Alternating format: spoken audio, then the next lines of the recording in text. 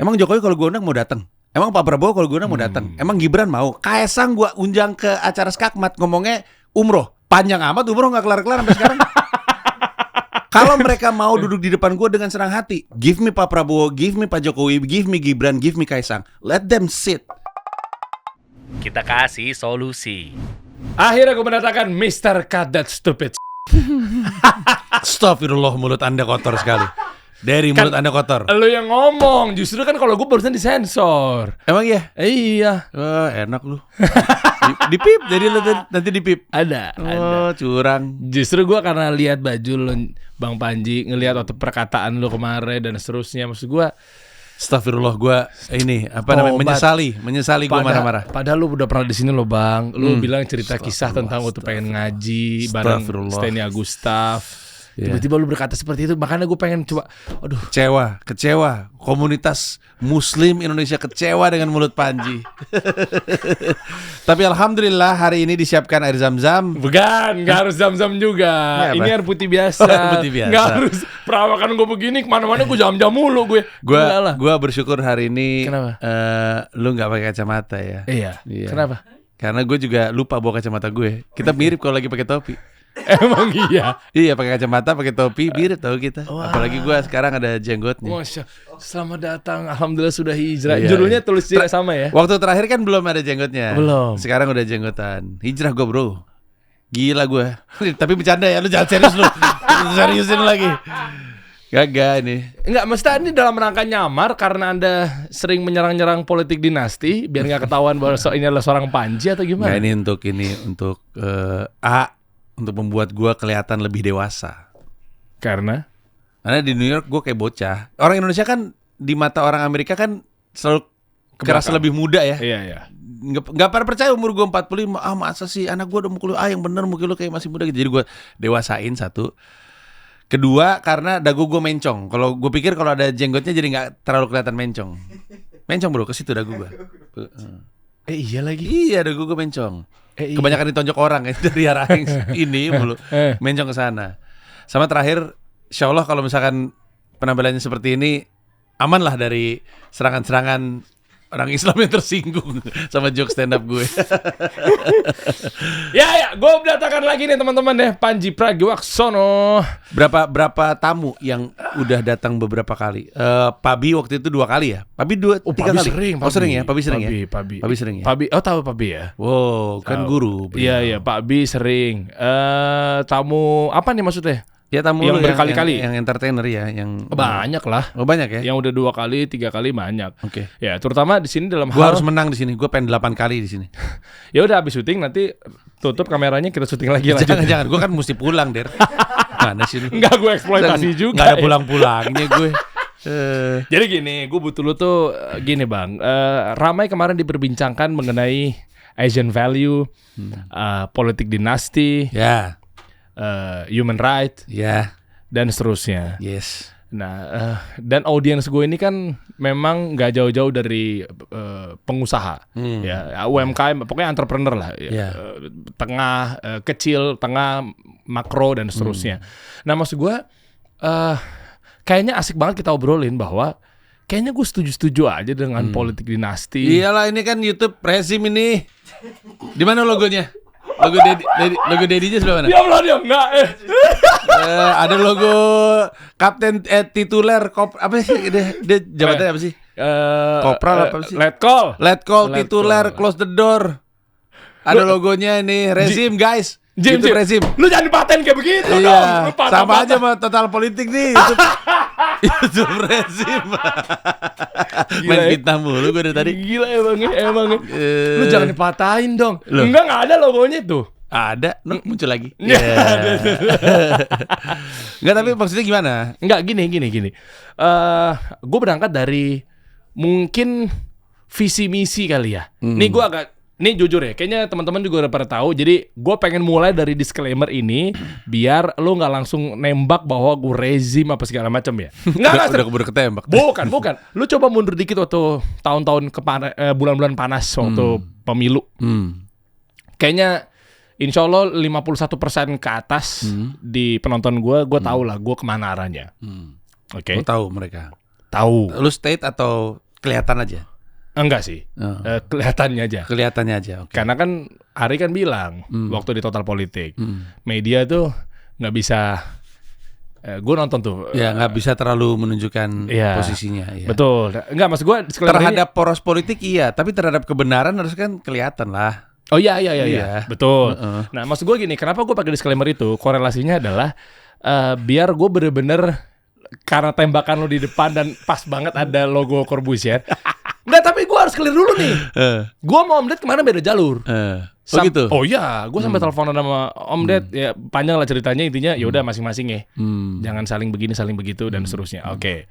Nah, maksud gue ternyata begitu adanya presiden terpilih. Gue nggak bilang bahwa gayanya 02 udah pasti politik dinasti. Gue nggak bilang ke situ. Tapi gue lagi berangkat dari isu yang udah beredar.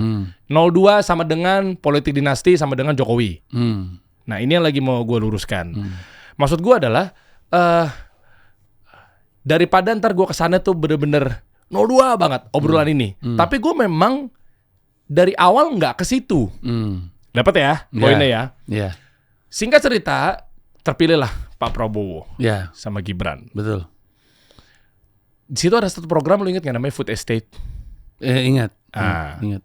Memihaknya ke pengusaha. Terus juga ngelihat dari emang jalan itu. Gue nggak tahu. Gue nggak tahu. Lu jangan lu tembak-tembak dulu dong. Enggak, maksud gue kalau lu ngomong berpihak kepada pengusaha kalau jalan. Iya, satu. Dan kedua kan aromanya juga banyak yang bilang bahwa lu pengusaha, lu 02. Meskipun pengusaha sebenarnya harusnya pengusaha mah kakinya 3. Kalau ada 3 calon taruh kaki. Biar aman iya, ya. tahu. Iya, Gak cuma di sini, di Amerika juga sama aja. Sama aja lah ya. Naruh kaki dengan nama yang berbeda. Iya, oke lah. 3-3-nya harusnya ada di mana-mana. Tapi gara-gara pas lu rame tentang politik dinasti, kayaknya gue udah kebutuhan yang ngundang lu lagi, Bang.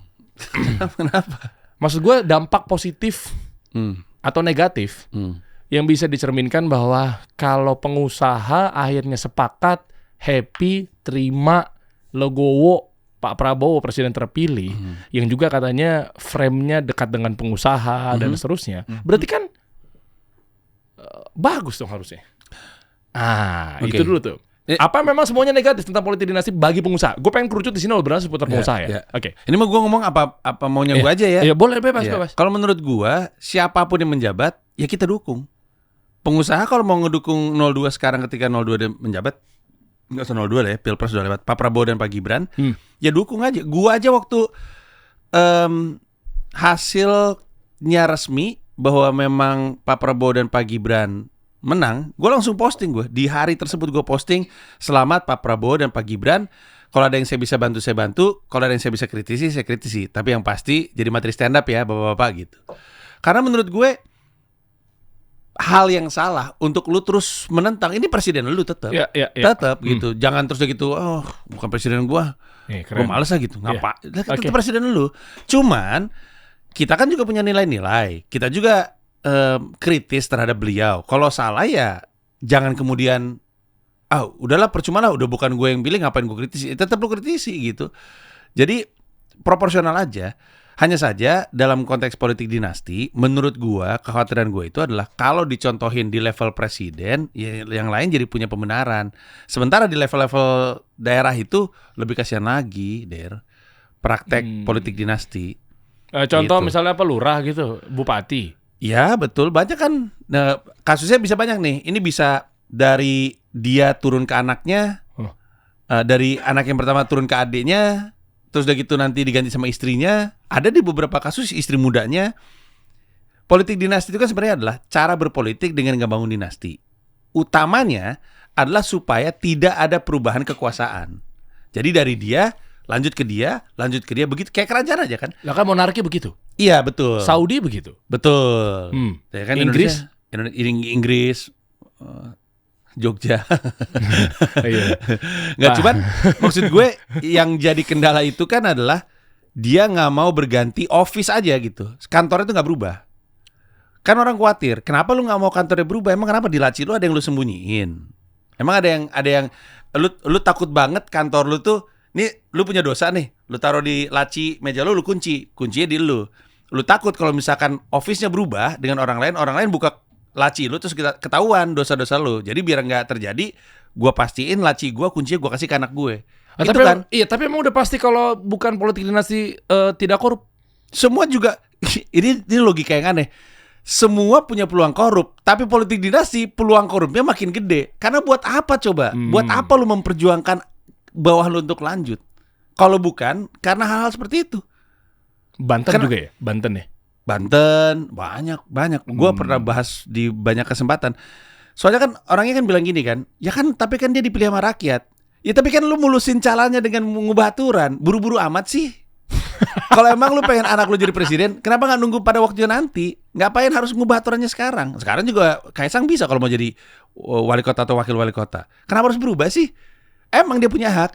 Tunggu aja. Kenapa buru-buru? Cuman satu, supaya office-nya nggak berubah. Kenapa office-nya nggak berubah? Nah itu yang gue pengen tahu.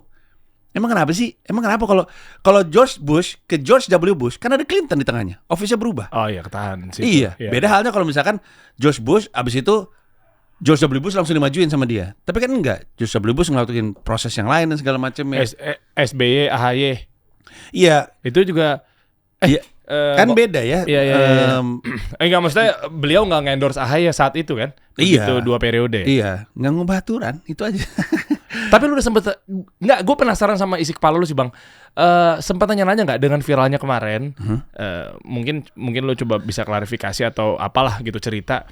Nanya lebih dalam. Apakah memang seorang stand up comedian tuh keluar aja? Abis itu aksi nggak untuk ketemu pengen empat mata. Bro, gila kali lu. Stand up comedian tuh aksinya tuh stand up comedy. Iya, empat mata maksudnya. 4 mata ngobrol sama Pak Jokowi. Sebenarnya kenapa sih lacinya nggak boleh? Jawab pertanyaan gue. Mau mereka emang ketemu sama gue. Emang Jokowi kalau gue undang mau datang.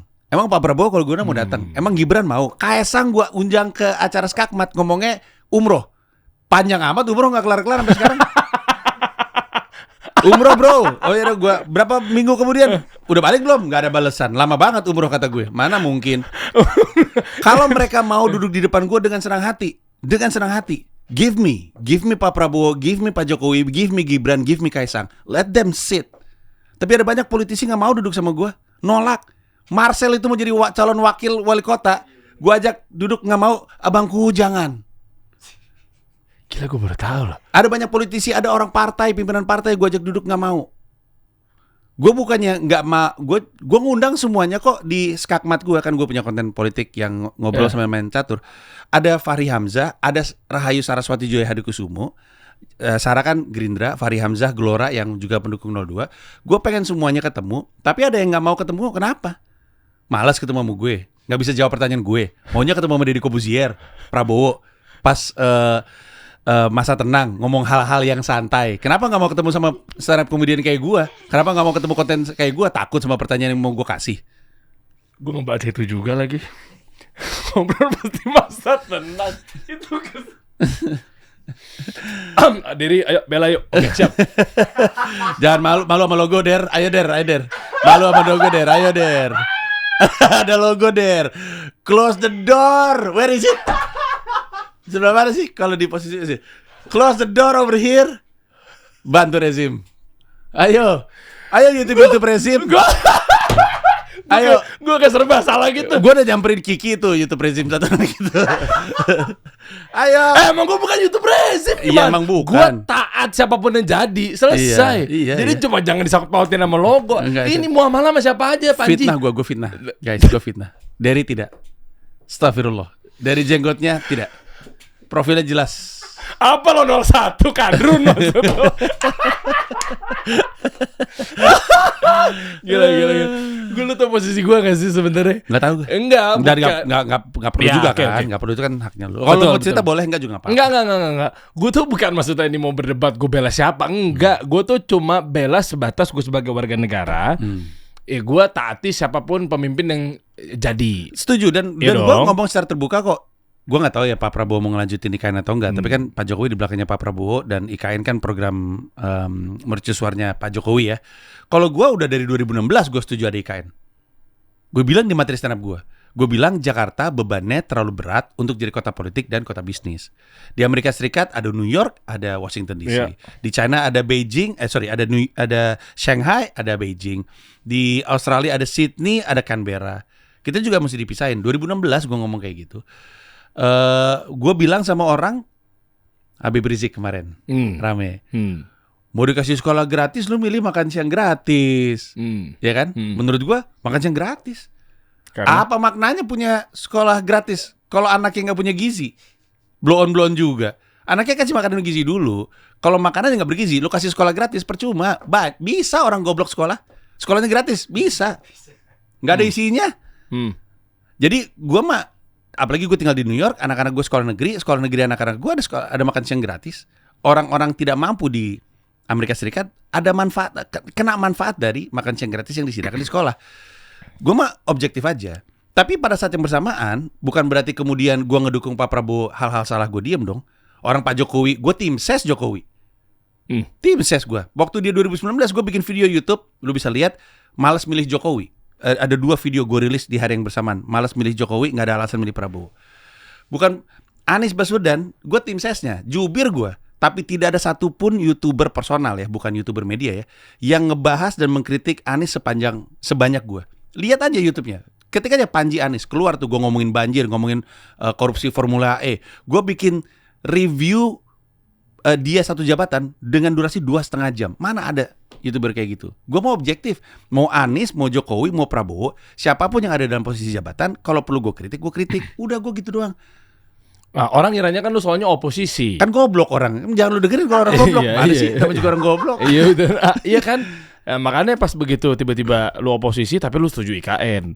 Ya kan gitu gue kan. objektif aja. Iya. Ya, harusnya lu berseberangan dengan IKN apa segala macam. Kalau emang murni oposisi gitu kan. Tapi kan kalau gue kan yang bagus-bagus, yang enggak. Betul. Nah tadi kan lu sempat singgung mengenai bener dipisahnya antara pemerintah dan kota bisnis lah ya. Ya kan. Bahkan distriknya atau mungkin state-nya Amerika tuh lebih luas lagi tuh ya kan. Ada California, ya kan. Dan seterusnya memang apa itu kota hiburan di sana ya. LA-nya dan iya hiburan untuk TV sih, California, Los Angeles tuh TV. Ya TV dan seterusnya. Nah maksud gue itu kan akhirnya gue coba pengen mendarat di obrolan terkait Jakarta akan menjadi kota bisnis. Nah dengan adanya Pak Presiden terpilih ya Pak Prabowo sama Gibran lah ya. Menurut lo ketika sangat erat dengan politik dinasti, gimana kondisi Jakarta nanti akan benar-benar memihak pada pengusaha kah? Nah, karena memang judulnya kan Jakarta Kota Bisnis. Harusnya ini ruangnya pengusaha dong. Tergantung gubernurnya dulu dong. Oh oke. Tapi kan katanya itu akan ada di wakil presiden DKJ ini. Ya makanya perannya Gibran terhadap DKJ ini kan jadi krusial kan. Jadi kita jadi pengen tahu bener nggak Jakarta steril jadi kota bisnis? Gimana caranya kita tahu? Kalau emang arahannya Jakarta mau jadi kota bisnisnya, artinya benar-benar steril dari kepentingan politik, nggak apa-apa bagus. Kekhawatiran gue sama IKN itu bukan gagasan bahwa perannya dipisah. Itu mah gue setuju. Gue tuh khawatir sama pembiayaan sebenarnya. Punya ide yang bagus, tapi eksekusi yang buruk kan percuma ya. Eksekusi yang salah, eksekusi yang bahkan jahat itu kan salah ya. Jadi harusnya yang kita pantau adalah gimana caranya dibiayain, seperti apa prakteknya, ada isu apa di sana. Itu aja yang kita amati. Tapi bahwa mesti dipisah, gue sih setuju. No issue. Nanti kita lihat Jakarta bener nggak jadi kota yang steril dari yang kayak gitu-gitu. Oke. Dan juga kalau kita ngomonginnya Jakarta akan jadi kota bisnis, ini masih gue coba sangkut pautin sama yang lu punya narasi kan politik dinasti atau mungkin Asian value apa segala macam ya. Jadi gue coba untuk berupaya di luar logo loh ya, bahwa ternyata nih ada baiknya gitu loh maksudnya buat pengusaha. Gue nggak bilang untuk baiknya buat semua nih. Apa yang baik untuk pengusaha politik dinasti? No. Maksudnya eranya Pak Jokowi dan kawan-kawannya ini itu coba akhirnya merealisasikan, bisa jadi baik untuk pengusaha merealisasikan bahwa yang lu pengen 2016 itu kan pengen banget nih dipisah nih, ya kan ada pemerintahan apa segala macamnya. Ternyata diwujudkan juga. Betul. Maksudnya kan label tentang politik dinasti terlalu erat sama Pak Jokowi, tapi ternyata banyak juga program-program yang menurutnya ternyata relevan dan berhasil untuk pengusaha. Maksud gue itu. Nah. Ketika udah ada di Jakarta hidup dan seterusnya tentang bisnisnya, contoh deh, berarti kan butuh investasi. Kota itu kan mengundang investor dari luar ke dalam, terserah apapun itulah. Akan ada Sudirman baru misalnya di daerah Jakarta Timur, berarti kan ada investor lagi. Sekarang gue tanya coba, idenya Pak Jokowi menurut gue bagus ketika Menteri Investasi dari BPKM itu di era siapa? Pak Jokowi kan. Sebelumnya Tom Lembong, akhirnya ke Pak Bahlil. Adanya Kementerian Investasi ada di Pak Jokowi juga. Berarti kan memang sangat erat sekali dengan usaha. Menurut lo gimana? Gue ragu sih untuk bilang Pak Bahlil itu HIPMI. Apaan sih? Kita ngomongin Pak Bahlil. Iya kan Pak Bahlil juga HIPMI dulu alumni. Maksud gue kan usaha bagus, investor beliau. Iya kan. Ragunya gimana? Ya, kalau kita coba untuk cermati Pak Bahlil, ada banyak alasan untuk reserve judgment terhadap Pak Bahlil. Gue ngomong kayak gini karena gue punya tour stand up tahun depan, jadi gue gak mau ditangkap. Diplomatis sekali, tumben nih keluarannya diplomatis nih. Iya. Itulah kenapa rata-rata pengusaha itu idealnya selalu nempel sama penguasa. Pengusaha sama penguasa, biar nggak susah Bagus pengusahanya. Cuman gua kan manusia yang independen yang punya pendapat juga. Kalau menurut gua a reserve judgment terhadap Pak Bahlil. However, kalau misalkan maksud dari pertanyaan lu adalah apakah Pak Jokowi yang selalu ditempelkan praktek politik dinasti itu kemudian tidak baik untuk bisnis? Rasanya enggak juga. Gua rasa enggak ada korelasinya. Politik dinasti yang lagi dibangun sama Pak Jokowi itu buruknya adalah untuk praktek berpolitik kita di masa depan. Bisa jadi enggak ada hubungannya sama bisnis. Apalagi di bisnis emang banyak bisnis keluarga kan. Ada banyak bisnis keluarga. Sampurna ada bisnis keluarga. Ada banyak sekali yang turun-temurun. Sehingga kalau kita bilang, kalau misalkan kita argumennya adalah politik dinasti menghilangkan merit based di bisnis, sih memang banyak juga yang diturunin ke keluarga kan. Ada banyak lah perusahaan-perusahaan itu. Jadi bisa jadi nggak ada hubungannya. Kekhawatiran gue terhadap politik dinasti itu detach dengan apakah kondisi bisnisnya akan baik atau buruk di era sekarang. Gue beneran cuman memikirkan beberapa daerah di Indonesia yang jadi korban. Ada banyak daerah-daerah Indonesia yang mikirin, kenapa ya air bersih nggak ada? Kenapa ya kok gue nggak punya transportasi umum yang proper? Kenapa gue nggak punya taman? Kenapa gue nggak punya fasilitas dan yang harusnya kota lain kok bisa? Kenapa gue nggak bisa? Ya karena ada banyak wilayah di Indonesia, ada banyak daerah di Indonesia yang pemimpin-pemimpinnya itu turun-temurun. Pemimpin-pemimpinnya itu hadir di situ untuk melindungi kepentingannya, bukan kepentingan rakyatnya. Nah, ini kan praktek yang mengkhawatirkan tuh. Ada satu gue lupa nih wali kota atau bupati yang ketangkep karena dia praktek jual beli jabatan kepala desa. Setelah dia turun, yang gantiin istri mudanya yang ngelanjutin praktek yang sama. Kan yang kayak gini-gini kan membuat majunya kota, majunya desa jadi terhambat gitu, karena semuanya deal-dealan duit gitu. Dia nggak bisa hilang kalau di level presiden nyontohin hal yang sama. Dia kan bisa bilang, lah presiden gitu kenapa gua nggak boleh?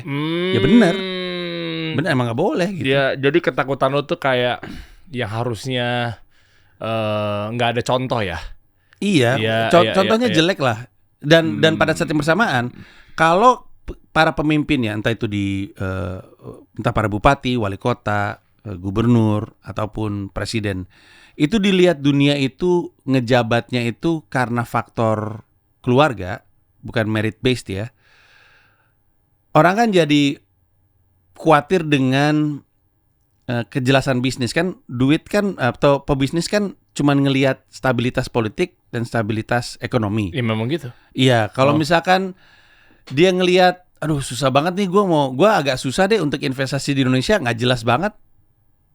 Iklim politiknya kayak gitu, pemimpinnya dipilihnya kayak gitu, gue mah khawatir gitu. Mungkin itu juga faktor kenapa banyak banget yang nggak mau. Kan kita kan suka ngegosok pengusaha-pengusaha besar kan. Mungkin itu alasannya mereka nggak mau. Bukannya masalah apa-apa. Indonesia aneh banget politiknya, terlalu nggak jelas gitu. Mereka nggak mau. Gue terlibat teman kayak gini-gini kan mungkin jelek juga untuk bisnis. Oke. Tapi kalau angle-nya berubah gimana Bang Panji? Misalnya gara-gara kantor nggak mau berubah, laci nggak mau berubah, oke lah disambungin sama yang lainnya. Tapi karena memang programnya belum tuntas. Misalnya contoh daripada ini kepotong, keacak-acak lagi. Pertanyaannya adalah, lebih penting programnya lanjut karena bagus atau lebih penting programnya lanjut hanya biar tuntas? Kalau jelek buat apa dituntasin? Yang pertama. Dan kalau bagus pasti akan dilanjutin. Kalau bagus pasti akan dilanjutin. Gue ambil contoh. Ini mungkin contoh yang terlalu subjektif ya, tapi silakan dikritisi. Misalnya gini, misalnya warga Jakarta suka jaklingko. Misalnya warga Jakarta seneng naik angkot ngetap. Seneng kondisi di mana lu sekali tap bisa lanjut dari naik angkot ke LRT, ke MRT. Misalnya warga Jakarta seneng banget sama program itu. Ketika gubernur selanjutnya masuk dan bukan Anies, tetap diminta untuk tetap ada kan. Rakyat bilang jangan dihilangin, itu gue suka gitu. Karena program bagus kan. Okay. Pemimpinnya ganti, kalau programnya bagus pasti ngelanjut. Tapi kita nggak bisa ngomong, ayo dong program ini mesti lanjut, makanya yang lanjutin anak gua. Ya ntar dulu, kalau bagus pasti pemimpin siapapun akan lanjut. Tapi kalau misalnya lu cuma sekedar pengen lanjutin proyek, kan gue jadi nanya kenapa mesti lanjut. Hanya sekedar supaya anak lu yang ngurus, hanya sekedar supaya kepentingan lu jalan, kan gitu. Nah buktinya di Jakarta, kata orang selamat gue logo. Kata orang iya banyak dirubah-rubah sama Pak Heru Budi ya? Iya. Ya makanya nggak disukain. karena iya, harusnya anaknya Pak Anies. Maksud gue itu loh. Bukan, karena biar bagus. Kalau memang kepentingannya, sorry nih Bang nih, misalnya karena kepentingannya memang karena ngerasa bahwa kalau orang lain bisa jadi dia tuh ngerasa bahwa kayak wah aku iri program dia lebih bagus jadinya karena nggak ada ikatan darah, nggak ada ikatan kandung apa segala macamnya. Gue asal rubah aja karena ternyata sukses. Boleh nggak lu coba ngambil dari angle itu? Boleh dong, sah-sah aja dong. Tapi kan akhirnya kan dia kena vonis sama rakyat. Kan lu ngomong gini kan, Anies programnya bagus misalnya ya. Iya. Anies programnya bagus. Terus argumennya biar program bagus ini lanjut, anak Anies aja yang megang. Karena kan Heru Budi nggak mau ngelanjutin tuh. Iya kan? Menurut gua emang nggak apa-apa Heru Budi nggak mau ngelanjutin, kena vonis sama rakyat, elektabilitasnya kecil. Rakyat jadi nggak doyan sama dia. Orang ada program bagus lu utak-atik, branding Jakarta udah bagus, lu ganti jadi aneh. Iya kan? Bener kan? Branding Jakarta bagus-bagus diganti sama dia. Rakyat gak suka kan? Ini program yang gue suka, gue ngeliat Jakarta suka kayak gini, lanjutin. Kalau lu ngotot gak mau ngelanjutin hanya karena ini era gue sekarang, ya lihat aja dampaknya. Mau diapain juga gak ngangkat itu orang. PDP juga bingung pakai Heru Budi gimana ini orangnya kagak ngangkat. Iya kan? Iya lagi. Ya udah, sanksi sosial apa segala macamnya kena. Jadi nggak usah fokus pada udah anak gua aja biar programnya lanjut. Kalau program lu bagus, rakyat akan menuntut itu untuk lanjut. Beneran. Contohnya jadi gue keinget mengenai BLT misalnya. Ya terlepas dari akhirnya menjadikan orang mentalnya minta-minta misal ada yang ngomong seperti itu juga gitu ya. Akhirnya kan Pak Anies punya program namanya BLT Plus. Ya kan? Begitu coba gue tanya ke timnya dan seterusnya memang ya program ini bagus dan rakyat masih butuh. Makanya namanya masih BLT. Iya. Itu kan yang terjadi waktu Pilpres kemarin itu. Si Anies ditanya, nanti kalau misalkan yang maju adalah bukan pegangannya Jokowi, bukan Prabowo, programnya berubah dong. Karena Anies bilang, lah kalau bagus mah gue lanjutin. Nah, tadi gue itu maksud gue tadi. Ya udah. Termasuk yang pas waktu debat capres itu kan beliau ngeluarin BLT Plus itu, nggak banyak dirubah-rubah karena mengakui bahwa ini programnya, ya berarti publik ya akan reaktif ya. Betul. Nah tapi memang kuncinya itu PR terbesarnya. Publiknya bisa reaksi nggak? Publiknya ngerti nggak?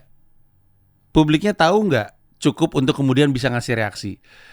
Makanya gua sih tidak ingin menyalahkan politisi atau menyerang politisi. Politisi akan selalu jadi politisi. Emang kayak gitu permainannya dan gitu kelakuannya. Rakyatnya yang harus lebih pintar. Semakin baik kualitas pelaku demokrasi, semakin baik juga hasil dari demokrasinya. Makanya stand up gue nggak si Mensre ya, turun stand up gue itu nggak nyerang siapa-siapa, nyerang rakyat yang goblok. Lebih banyak rakyat yang goblok. Oh ya paham. Kenapa akhirnya sebuah negara gitu ya rakyatnya akhirnya milih pemimpinnya gara-gara mungkin katanya modal cuma hahihi. Wah parah lu. Jadi pemilih Prabowo tuh sebuah cuma negara. Sebuah negara. Gila nih. Gue bilang sebuah negara. Gila lu. Hey logo. Gue bilang sebuah negara. Sebuah negara. Gue bilang gila. Framing mulu gue. Lo tau gak sih dari tadi gue tuh pressure banget, tekanan banget dari tadi. Gila gue bilang. Gue tuh ngundang lu sebenernya gue deg-degan tuh kan. Ya gak. Oke lah. Ini seru nih obrolan nih. Kita ngomong lintas deh. Lintas apa? Lintas negara. Oke. Ada yang pernah berhasil nggak Banyak dong. Apa tuh yang pernah berhasil? Pakai human rights, pakai Asian value, pakai politik dinasti. Apa contohnya? Ada, lu tahu nggak yang siapa yang turun temurun? Siapa? Dinasti itu. Siapa? Korea Utara, Kim Kim Jong Un. Tuh, ayo. Bisa kan? Mau Indonesia kayak Korea Utara? Ya udah. Enggak, ulang. Silakan. Gemoy kan Kim Jong Il. Apa sih? Kim Jong Un. Ya. Kemarin naik mobil bareng sama Putin. Yoi lagi. Hubung tuh deg-degan ya.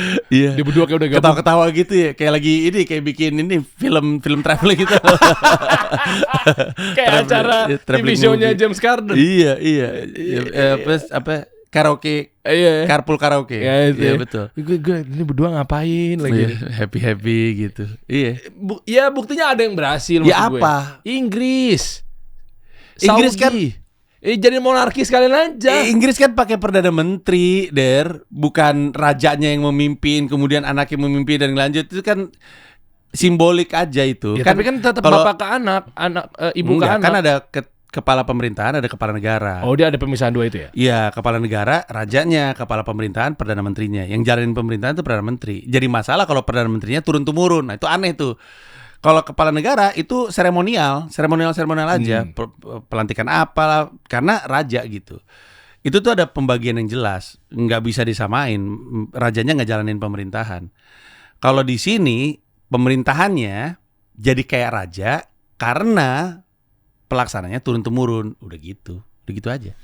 Gila sih tadi. Jadi nggak ada bukti suksesnya. Oke, bupati mana sih? Gue belum dapat beritanya tuh. Yang nggak usah sebutin namanya, tapi maksudnya bupati yang istri mudanya mimpin itu. Devita itu dari daerah mana? Kita pernah jadi bahasan di salah satu konten YouTube kan, yang soal anaknya jual beli posisi kepala desa, yang istri mudanya jadi kepala daerahnya, terus kalau ada yang mau jadi kepala desa, nanya sama suaminya, ini oke nggak gitu, deal-dealan gitu. Apaan begitu bang? Oh diskusi ya, iya. Bupati Bogor. Bupati Bogor juga ada kan, itu kakak beradik itu. Ya, kondisi dinasti kan bisa kepala daerah lanjut ke anaknya, atau dari kakak lanjut ke adiknya, atau kepala daerah DPRD terus kong kali kong deh tuh. Bisa juga tuh APBN, antara suami APBD istri, ya antara suami istri atau bapak anak kayak gitu-gitu. Ada banyak bentuknya, tapi yang dikhawatirkan itu adalah kong kali kong antar keluarga untuk menyelesaikan hajat hidup orang banyak ditentuin di meja makan. Ada bapak sama anak sama ibu, kita kelarin di sini. Nah, itu kan itu yang dikhawatirkan sama orang-orang. Ini nyambung gak sih sama waktu eranya? Gue nggak tahu ya sekarang masih nggak sih yang perusahaan nggak boleh ada suami istri. Dulu nyokap gue di Bank Indonesia tuh. Ya ada yang boleh, ada yang enggak sih setahu gue. Masih nggak sampai sekarang? Masih setahu gue. Itu karena alasan itu. Kelihatannya itu, tapi juga mungkin faktor nggak pengen ada drama gitu, takut kemampuan objektifnya jadi susah gitu. Jadi ya nggak tahu deh. Ada beberapa perusahaan yang sampai dengan sekarang masih punya aturan itu, tapi ada juga perusahaan-perusahaan yang merasa itu melanggar hak dari setiap individu. Nggak tahu sih, gue nggak gitu ngerti. Tapi kalau dulu sih alasannya gitu, takutnya nggak objektif aja. Gitu. Untuk menentukan ya keputusan atau apapun ya. Yeah. Betul. Itu dia, makanya gue sebenarnya masih kayak pengen nyemangati bahwa ini udah presiden terpilih, wakil presiden terpilih. Maksud gue kan jangan sampai narasi-narasinya muncul kesana tuh kayaknya negatif melulu. Iya, enggak, gue juga setuju kok. Maksud gue itu gitu. Iya, coba imbang aja. Ada hal-hal dari beliau yang benar dan perlu kita dukung. Ini kalau misalnya aja, pemerintahannya Pak Prabowo dan Pak Gibran tiba-tiba ngomong sama gue, Pak Panji minta bantuan. Ini kita butuh sosialisasi untuk misalnya apa yang bagus ya? Misalnya ada hubungan sama kesehatan, misalnya ngebersihin jentik di rumah untuk mengurangi resiko demam berdarah gitu. Terus butuh bantuan gue untuk sosialisasi secara komedik. Dengan senang hati gue tahu itu manfaatnya apa kok. Lah, nggak usah jauh-jauh. Waktu zaman pilkada tahun 2017, gue kan juru bicaranya Mas Anies. Pak BTP kan masih ngejabat. Gue kerja untuk Pak BTP. Iya, gue ngisi acara apa gitu, gue lupa ya. Tapi itu acaranya acaranya Pemprov DKI Jakarta di saat pemimpinnya masih Pak BTP. Nggak ada masalah gue mah.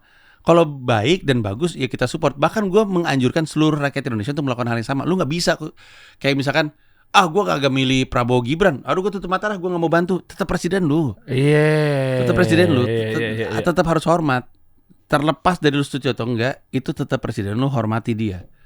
Tapi bentuk hormat itu kan bukan berarti nurut aja terhadap apa yang terjadi. Kalau lu lihat dia salah, ya lu kritisi. Yang milih dia, kritisi. Karena kan lu yang taruh dia di dalam kekuasaan. Itu kan tanggung jawab lu juga. Lu gak milih dia, ya kritisi juga. Jangan yang, kan gue gak milih, kenapa jadi urusan gue? Lah kan lu warga negara Indonesia. Ini kan tempat tinggal lu. Itu kan presiden bikin keputusan sama tempat tinggal lu. Ya lu kritisi aja. Kalau ada orang bilang, kan gue golput, ngapain gue ikut kritik? Kan lu bayar pajak. Lu gak bayar pajak penghasilan aja, lu makan di restoran juga dipotong. Lu ada pajak, lu udah bayar pajak, lu tuh punya hak untuk mengkritik walaupun lu golput saat itu. Intinya siapa, makanya gue pernah bilang sebenarnya mau Anies yang menang, Ganjar yang menang, Prabowo yang menang, sama aja, sama-sama mesti kita kritisi. Udah. Nah ini adalah peran gue untuk mengkritisi Pak Prabowo ketika ada yang salah, Pak Jokowi ketika ada yang salah, ketika ada yang benar puji, udah gitu aja. Cuman karena partisan sekali rakyat Indonesia dan banyak banget yang baru dalam berpolitik, ketika ngelihat gue ngekritik Pak Prabowo begitu misalnya, dianggapnya gue anti. Ketika gue mendukung atau memuji program, disangkanya gue buzzer. Iya. Enggak, gue tuh orang. Gue nih normal, lu yang tolol lu tuh. Iya, yang benar tuh ada yang bagus didukung, yang nggak bagus dikritik. Udah itu yang normal gitu. Berarti keputusannya kemarin lu kemana arahnya? Apanya? Ini agak personal nih gue nih. Oh gue udah ngumumin kan gue dukung Anies waktu itu. Akhirnya gue nyoblosnya Anies. Oh nyoblosnya nih? Enggak, gue belum ikutin update-nya lagi. Iya, jadi gue nggak tahu mau milih siapa. Terus sekitar seminggu sebelum pencoblosan gue bikin acara Jangan Golput Panji, di mana gue ngumpulin orang-orang yang tadinya dari tim ses. Terus gue diskusi sama mereka, debat sama mereka. Karena gue nggak dengar program kan, gimmick aja nih tiga orang ini. Setelah kelar, abis itu kayaknya gue tahu siapa yang mau pilih. Dan akhirnya gue milih Anies. Udah gue umumin kok. Oke, boleh tahu nggak? Kenapa? Kan gue mungkin belum dapat update-nya ya. Lu kan termasuk orang yang kritis sekali ya terhadap perpolitikan ini di Indonesia. Seorang Panji Pragiwaksono. Artinya keputusan itu nggak ada yang sempurna betul, tapi better ke situ tuh karena apanya? Karena keberhasilan Jaklingko maksudnya? Karena apanya? Pengen tahu. Ya ini awam banget deh. Gitu. Maksudnya, harus gue akui, gue susah sih untuk ada dalam posisi memilih Prabowo Gibran, mengingat cara yang mereka ambil itu menurut gue salah. Bukan salah, jelek. Ya mengubah aturannya supaya bisa. Kemudian menurut gue ya, ini dengan segala hormat nih, Pak Jokowi makan siang sama Pak Prabowo aja itu salah. Gak boleh kayak gitu. Walaupun ngakunya, ya kan kita kan, ini kan menteri gue. Ya kalau menteri ya lakukan di tempat kerja dong, ngapain di restoran. Itu mah lu lagi nunjukin endorsement menurut gue ya. Nggak ideal lah gitu. Jadi gue ada di posisi yang sulit lah untuk mencoblos Prabowo Gibran menurut gue. Alasan lainnya adalah menurut gue, dan ini alasan yang gue pegang lama sekali. Orang yang ngikutin konten gue tahu gue udah ngomong ini dari lama. Prinsip gue dalam milih pemimpin, if you can't control yourself, you can't control people. Kalau lu punya kendala dalam menguasai diri, lu gak bisa menguasai orang. Lu gak bisa memimpin diri sendiri, gak bisa memimpin orang. Itulah kenapa gue agak enggan untuk milih Pak Prabowo. Kalau Pak Prabowo gak bisa regulasi diri, susah. Jadi pemimpin tuh harus level headed gitu. Gak bisa yang, ya kalau misalkan Anda gak setuju sama programnya, ya sudah. Ini kan untuk kebaikan. Pernah kan Pak Prabowo ngomong kayak gitu? Tahu, pernah. Mas Anies. Iya lagi. Iya kan? Iya betul. Iya gak bisa. Gak bisa. Sama yang nilai gimana nilai? Yang apa kan dikasih nilai iya. Terus dia, pokoknya apalah omon-omon segala macam gitu. Tapi gue ada di posisi yang sulit. Pada saat yang bersamaan, gue itu mendambakan capres yang punya program perumahan yang jelas. Oh, itu alasan yang menjadi kekuatannya. Itu salah satu. Okay. Karena salah satu isu yang menurut gue paling harus dibela, tapi gue nggak ngelihat. Dan gue kan ngobrol kan sama tim sesnya kan, jadi gue tanya satu persatu programnya. Yang lain ditanya program perumahannya itu program perumahan rakyat. Tapi bukan itu yang gue cari. Menurut gue, pemerintah itu harus punya andil dalam penentuan harga rumah komersil, bukan rumah rakyat. Karena kebanyakan, emang lu mau tinggal di perumahan rakyat? Kan enggak kan? Kan kita tinggal di perumahan komersil. Tapi pemerintah nggak ngambil posisi untuk menentukan itu. Di Amerika Serikat ditentuin supaya nggak tinggi-tinggi banget. Karena di sini pada prakteknya adalah rumah jadi instrumen investasi. Namanya instrumen investasi kan harapannya naik mulu kan? Iya, fluktuatif. Ya makanya zaman dulu Senin harga naik. Kalau misalkan harganya naik mulu mana kekejar kita beli rumah. Abis itu disalahin kita lagi sama menteri. Makanya gaya hidupnya jangan beli kopi mulu. Lah kenapa jadi salah gua? Lu abai, lu nggak ngambil peran gitu. Yang punya program itu cuman Anies waktu itu. Cuman nggak kepilih orang aja. Ya udah, ketika itu nggak kepilih, apakah kemudian gue a priori terus tutup mata lah? Ini enggak, ini kan tanah air gue juga. Gue kan memang tinggal di Amerika Serikat, tapi kan gue WNI, paspor gue nggak berubah. Oke. Gitu. Itunya makanya ada satu alasan kenapa juga pengen bikin tour Mensrea ini, nanti akan ada banyak tuangan-tuangan bentuk ya nggak tahu lah, kritik atau apa. Sebenarnya gini. Nah, itu gimana mungkin? Gue takutnya, gue justru takut orang pikir ini show untuk nyerang rezim. Gue ngiranya malah justru pertanyaan ini abis itu gue pengen lemparin lagi. Enggak, kan tadi gue bilang politisi mah nggak bisa diharapin. Politisi akan selalu jadi politisi. Gua bikin pertunjukan ini sasaran gue tuh rakyat. Kalau lu lebih baik pemahamannya soal politik, secara kolektif keputusan politiknya akan berdampak baik untuk kita. Tapi kita nggak bisa jadi orang yang peduli sama Indonesia, terus brengsek lah di DPR korup. Kemudian pas nyoblos, abis dia nyoblos presidennya, dia buka lembar berikutnya. Siapa yang gue pilih ya? Kok kenapa kayak gitu loh? Buka lembar kedua, wah ini lebih siapa lagi nih? Atau nggak tahu mau nyoblos siapa, terus lo tau nggak kalau misalnya di tempat pencoblosan kan suka ada kayak papan gitu, ada nama-nama, siapa ya? Baru mikir di situ, kan susah. Iya. DPR yang lu bilang korup, itu kan ada yang milih. Dia kan nggak tiba-tiba di situ. Gue duduk di kursi DPR ya, kosong kan nih kan enggak gitu. Berarti kan yang kita mesti tanya kan, kenapa ada yang milih orang kayak gini? Ya jelas aja ada orang buka ngeblank, aduh siapa ya? Orang waktu nyoblos di samping gue ada yang ngomong, aduh siapa ya gitu. Di samping gue. Serius. Iya. Cari foto yang unik aja. Ya kan enggak, yang punya foto kan cuma DPD, sisanya kan nama. Dia bingung siapa yang mau coblos. Nah jadi ini tuh salah kita juga. Tahun 2013 gue bikin pertunjukan namanya Mesake Bangsaku. Gue tanya tuh, ini 2013 ya, jadi nggak jauh dari Pileg. Gue tanya siapa di sini yang ikut pemilu legislatif? 80-90% pada tepuk tangan. Habis itu gue tanya siapa yang masih ingat nama yang dia coblos? 10% yang tepuk tangan. Sekarang gini, mereka kan akan ngurusin anggaran kan, entah berapa triliun lah.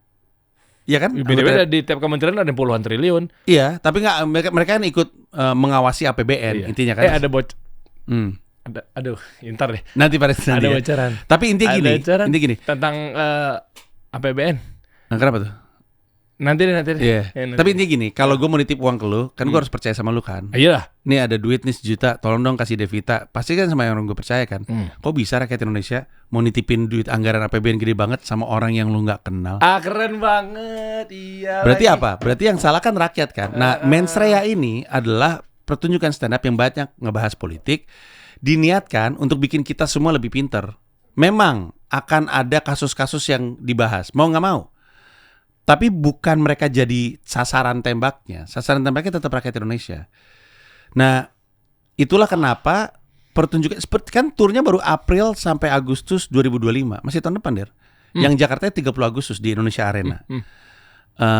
Penjualan tiketnya tapi itu 10 Agustus tahun ini di Mensrea. Berarti bentar lagi dong. Bentar lagi di mensrea.id. Oke. Nah, tapi itulah kenapa gue bikin acara politik jauh dari Pilpres. Kalau kemarin kan stand up comedy kan sebelum Pilpres baru bikin show kan. Kenapa gue taruh setelah Pilpres? Karena ini bukan untuk menangin siapa-siapa. Ini cuma menangin rakyat Indonesia aja. Nah, kalau misalnya lu pengen tahu lebih banyak soal politik, pengen belajar politik, pengen akhirnya merasa politik itu ada lucunya dan pengen menertawakan situasi politik, nah pertunjukan ini untuk lu. Oke, gue jadi makin yakin secara objektif ya, harusnya nih, bukan karena ada orangnya dan sosoknya ada di sini teman-teman ya.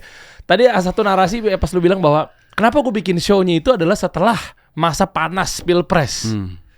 Bisa ditarik ke objektif sih, Ji. Yeah. Kenapa? Karena ya kalau gue disclaimer, bukan berarti kalian yang bikin show di sebelum Pilpres pencoblosan berarti udah pasti lu ngarahnya ke sana, meskipun ada juga beberapa tunggangan-tunggangannya ya kan. Memang ada. Ada, betul, tapi kan enggak semua.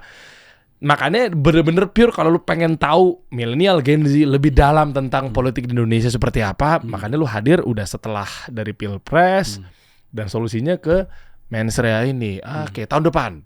Tahun depan. Gue tuh sebenarnya waktu itu nonton lu juga tahu. Kan gue kita ketemu ya. Kita mau kita. Art apa namanya? Di Kuningan tuh. Ciputra Sama Dimas Art juga Planner. ikut. Ciputa Art Planner ya. Kalau yang Iya, nanti iya. nih Mensrea yang di Jakarta tahun depan itu di Indonesia Arena. Harusnya aman tuh 10.000 kursi, jadi nggak usah panik gitu, pasti akan dapat kursi. Oh wow. Dan sisanya 10 kotanya adalah Bogor, Bandung, Semarang, Jogja, Surabaya, Denpasar, Balikpapan, Makassar, Palembang, dan Medan. 10.000 ini dari in total. Enggak, 10.000 Jakarta doang itu tadi. Jakarta doang. Iya, 10.000. Oh, Indonesia Arena. oh Indonesia Arena. Oke. Betul. Show ke-10 gue nih. Show ke-10, Gila. yang Jakarta 10.000, di luar Jakarta 10 kota gitu. Wih, kita nih sebagai media mah, pasti support lah. Iyalah. Minta Minta ini ya, ada. minta apa? tag media, liputan. Liputan. Waktu kemarin kita beli gak sih? Enggak dia bilang enggak dia ngaku dia minta barteran. Tapi enggak apa-apa, aman. Dibantu. Gue mau support yang namanya Dibantu. nggak ada istilah harga teman, kan lu sendiri yang bilang. Betul. Iya, teman tuh harus support. Iya, Dedi support ya, Ded. Gue mau nyamperin Dedi kan sebenarnya kan. Kapan? Iya, tanggal 1 Juli gue mau nyamperin Dedi. Lu mau bahas apaan? Enggak tahu, gue dipanggil sama dia. Wah. Dia yang manggil. Iya, kita mah datang aja. Itu baru podcast rezim. Dulu tuh sembarangan banget. Jangan dong, Itu Dad. baru podcast rezim. Benar, guys. Benar. Om Ded, masih WhatsAppan gue dibales ya. Let Abis ini ya. call tituler, bro. Iya. Yang ngasih Pak Prabowo itu. Iyalah. Iya. Tapi Om Ded gak mau jadi menteri. Gue udah pernah nanya. Nggak cocok jadi menteri. Iya makanya. Dagunya terlalu kotak. Apa urusannya? Iya. Ya mudah-mudahan aja dengan adanya Bang Panji dan juga ada Mensrea ya. Sebelum gue bahas mengenai Mensrea lagi, gue pernah WhatsAppan. Aduh, gue agak takut. Nanti utang gue tadi, gue nggak tahu di belakang layar apa di depan layar ya terkait APBN. Ya. Tadi asik banget tuh obrolan lu seputar lu nitipin duit ke anggota DPR yang memang dia mengkurasi dan memverifikasi duit anggaran yang akan dipakai gitu kan dari kementerian terkait. Makanya kemarin isunya bukan isu, ramai Pak Nadiem sama Ibu Anita, nonton nggak? Iya. Iya kan? Pak Bahlil sama komisi berapa ya? Ada Lupa juga adu-adu gua. argumen. Menarik sih. Nah, tapi sebelum itu gini, gue pernah WhatsAppan. Tapi lu jangan ngomongin orangnya. Lah kan lu taruh di konten lu gila. Kagak, kan gue mau nunjukin ke lu. Oh gitu. Gue mau nunjukin, lu baca aja. Okay. Lu baca. Ini tentang, gue suka nih. Guys, ini Mensrea kalau gue, ini no endorse ya. Gue nggak dibayar sama sekali. Tapi kalau tadi narasinya adalah mencerdaskan rakyat, gue setuju. Kenapa? Karena gue WhatsAppan sama seseorang. Nah, terus? Gue nggak tahu lo kenal apa enggak. Ini orang ada di salah satu 3 orang itu. Harusnya lo kenal. Lo terserah deh. Lo mau baca dari sini boleh deh. Dari paling atas ini. Lo kenal gak sih? Nah, ini gue live IG nih. Enggak, jangan gitu dong. Jangan gitu. Gila, ini orang bapak gimmick nasional. Pada saat tangan lu hilang satu. Oke. Cepet banget nih orang. Nggak, lu kenal nggak? Kenal? Kenal ya. Lu kebawain deh. Pokoknya gue mau ngundang Fulan dong, gitu kan? Nah, lu kebawain aja. Ngerti nggak maksudnya? Dia nyindir gue yang ujung. Ngerti nggak? Agak atas dikit, kalau mau ulang, abis itu lu balik lagi ke bawah. Iya. Terkait yang masalah adalah si pemilihnya, yang masalah adalah rakyatnya. Oke. Wow, interesting.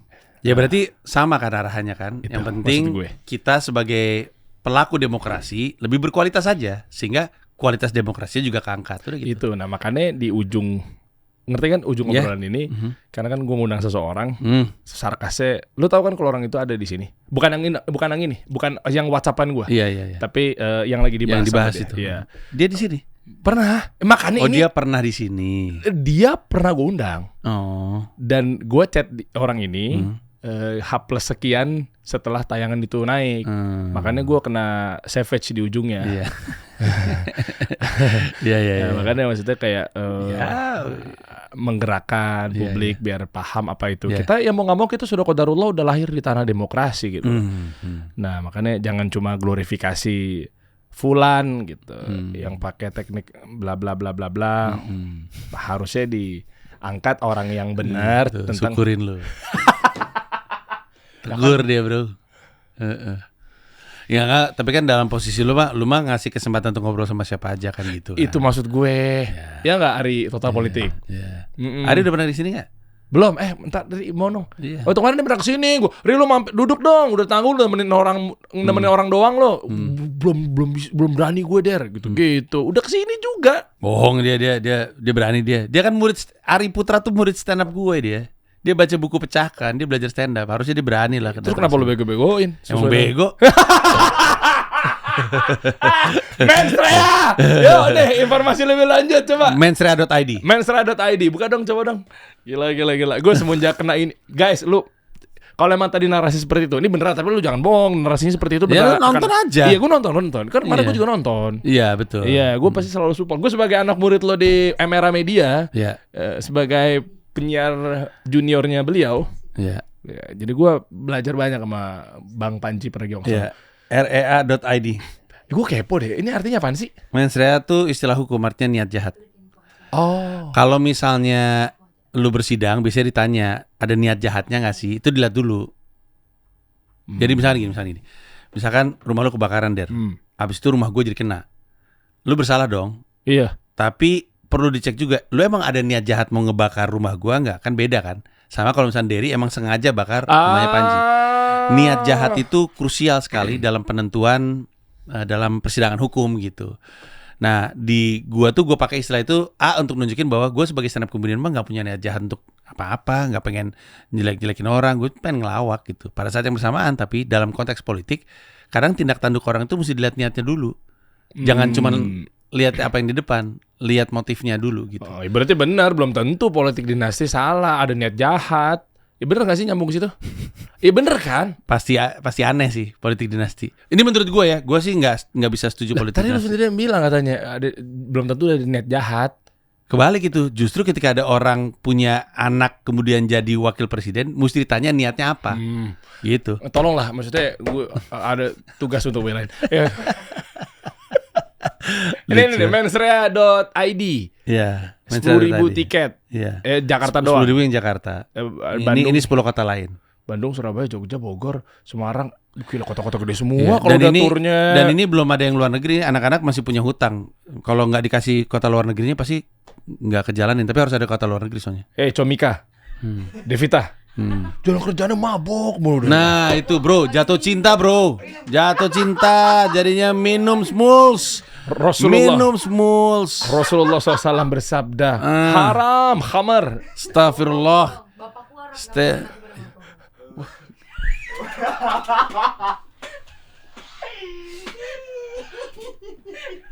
Sekiranya penonton kasih solusi nggak dengar, Devita bilang bapakku Arab nggak mungkin aku minum alkohol. Ngapain lu kasih tahu di sini? Nggak apa-apa. Oh dia muncul Sarah nih, bentar lagi nih rame nih gue podcast. Ya kita anggap aja dia jujur kan. Kita anggap dia jujur. Bapakku Arab tiba-tiba. Iya. Kayak lu berarti menandakan bahwa Arab paling suci atau yang lainnya pasti Insya Allah bener lah. Tapi bukan berarti yang lainnya selain Arab pemabuk kan? Maksud lo nggak gitu kan? Itulah. Lo kebanyakan kerja sama dia, mulut tuh tajam. Kembali, gue justru jadi ngaco gara-gara sama dia. Gue kan kerja disuruh-suruh Devita doang. Iya. Bandung, Surabaya, Jogja, Bogor, kota-kota gede semua ya. Berapa tadi tiketnya? Mulai dari 175.000. Iya. Gue lupa, ya kan nanti lu klik aja informasinya. Tapi 175.000 seorang Panji Pragiwaksono. Kan di kota lain kan. Kalau yang di Jakarta sih nggak segitu. Lu masa bukan gue pengen ngerasa bahwa mengecilkan yang lainnya nggak mampu. Enggak, maksudnya kan gimana kemampuan ekonomi di kota masing-masing. Ya kan. Kalau tadi istilahnya narasi seperti itu, sekali lagi gue ulang nih teman-teman. Penting sekali. Gue banyak sekali ditegor sama orang-orang di WhatsApp saya. Itu ternyata pentingnya. Gue setuju. Begitu ada narasi ini gue setuju. Ternyata yang harus diedukasi adalah rakyatnya. Betul. Kenapa lu milih begitu? Bandung 19 April. Ini eventnya kan 2025. Itu kan ada harga tiketnya tuh. Yang silver. Ini yang di Bandung harga silvernya 100. Ini untuk periode Wong Soedan ya. Periode Wong Soedan tuh kayak early bird gitulah. Iya. Semacam kayak gitu. Oke. Ada silver, gold, diamond gitu-gitu. Pokoknya infonya di Mensreado tadi. semua ada di sana ya. Start from 175. Mudah-mudahan lancar deh, Bang Panji. Amin, Ya, insyaallah. Yang penting sehat aja sih. Amin. Jangan kenceng-kenceng banget dari sekarang-sekarang. Kan kita kalau mau punya show biasanya agak kalem. Puasa-puasa dikit, Bang. Aman. Insyaallah aman. Rezim kan baik. Lu emang lu takut rezim kenapa ke gue? Enggak kan? Enggak. Ya udah. Rezim aman. baik. Iya aman dong. Kerjanya bagus. Kenapa gue mesti ditahan ucapannya? Kenapa mesti puasa? Aman. Tenang aja. Nanti biar aman gue, nanti YouTube gue ada logo Deddy Corbuzier juga. Biar aman gue taruh di situ. Walaupun gak ada deal sama Deddy, gue taruh sendiri watermarknya di situ. Biar tapi si Panji Deddy Corbuzier nih. Prosedur aman-aman gitu. Main-main logo mulu, skakmat gue sama logo. Lu copot aja logonya kalau bisa. Kita kasih solusi.